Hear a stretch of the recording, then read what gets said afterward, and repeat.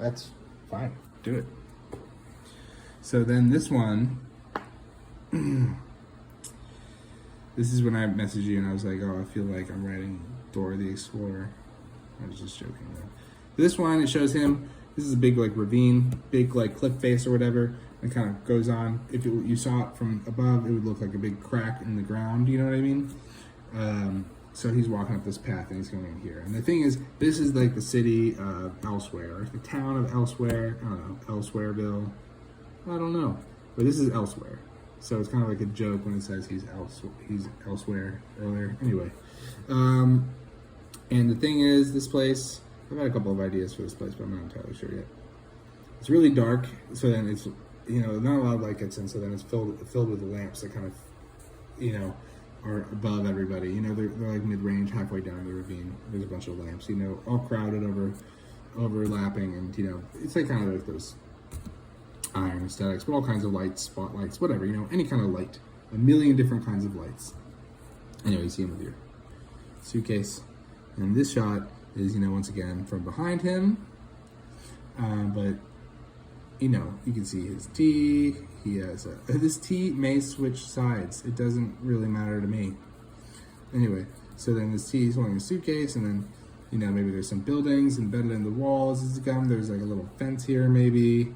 But basically, this is him. He's just entered now. He's now like in further, but you can still see the outside world behind him, and then, you know, start to see the edges of the city. Anyway, and then this is Troop Enterprise, which is where he works. This is not a very exciting page. The more details could be peppered in if you wanted to give more of a sense of what this town is like, but I don't really have any idea what it's like. One idea I had for this place is that there's like offshoots of caves into the walls, you know what I mean, instead of like streets, because it'd be like one narrow street going all the way through. If it was like just a crack in the ravine, just go straight through. Maybe there'd be like little caves off, you know, into like little suburbs or villages or some shit. Anyway, so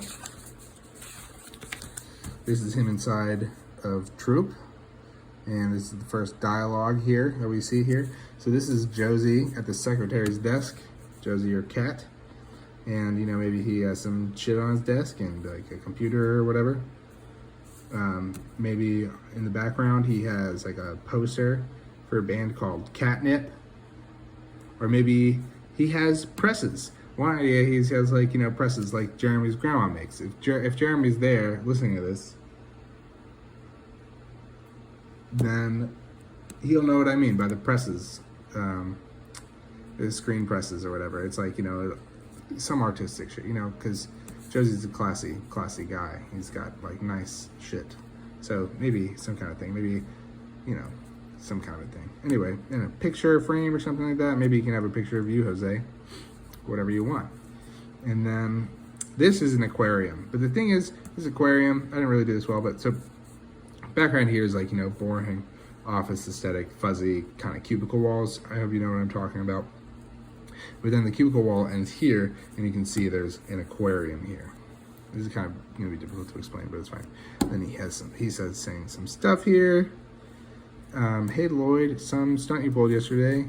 I see why they give you all the tough runs. I would get out there myself, but hey, this asshole's not gonna lick itself, am I right? Heh.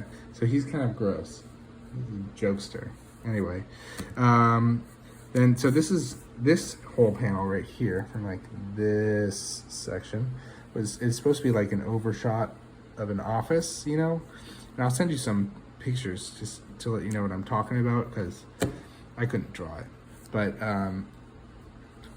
you know, you see like cubicle hallways and cubicle walls and like coworkers, and they're all wearing a suit and tie or just shirt and tie, and there's like a trash can and like, you know, filing cabinet, and there's like a fax machine or something, and there's different people, you know, around. And so in this one I wanted to have a character who has an aquarium for a head. So over here, hopefully, or somewhere, there'd be like, here, maybe right here or something, there would be, you could see Josie's desk, and then you could see the cubicle behind it, you know. and then you'd see the aquarium guy like getting up to like gather some papers or whatever. So you'd realize that this aquarium here is actually not an aquarium, but actually some other guy's head, right? Something like that. And then, but I couldn't draw it. And then maybe there'd be a guy with a water cooler for a head, and he's like, he'd be standing at the edge of a cubicle and like talking to the people there. He'd be like, casually like leaning on it, and then you see like maybe haha onomatopoeia coming out of the cubicle, because people make jokes at the water cooler, so the water cooler guy's a jokester. It's a silly idea. Okay, and then he says, yeah, shot of, by the way, this guy doesn't really have a name right now, but so far he's been called Lloyd by this guy, and he's about to be called Bruce by somebody else, so we'll talk about that. So he says, yeah. And then this here, I drew terribly. This right here, I want it to be like a hyper-realistic, I mean, as much as you're willing to, profile of the skeleton's face. So it would actually look like a real skeleton's face, much like I drew. No, I'm just joking. Taking up this, and then this would be like a long quote that he says. And the entire point is like, you can pretty much figure out what he means by reading this, but it doesn't really make any sense, on first listen. So it would basically, whatever he says. But basically what he's saying is like, man, it is what it is. But it's like, but I'm in danger. I'm starting to like it. Kind of, I guess that's what he's saying. So then Josie says, I'm sorry. And maybe he's drinking his coffee with his tongue or something. He goes, I'm sorry, what? Oh, and also with Josie, I meant to say here, Josie's aesthetic. Josie's wearing those like, those glasses that have beads on the end, you know what I mean? And they have like, the horned edges. They're ladies' glasses. They're usually pink. And then would be wearing like a pink vertical striped shirt and then like, a fuzzy cardigan. Kind of like, every single fucking receptionist or secretary or whatever.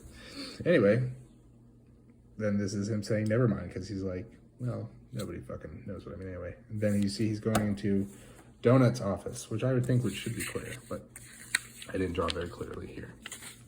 Anyway, one thing I think I should mention, if I haven't mentioned before, I think it's cool. I think it's a cool look that underneath his tie you can see his like rib cage, and it's cool. I think that's cool.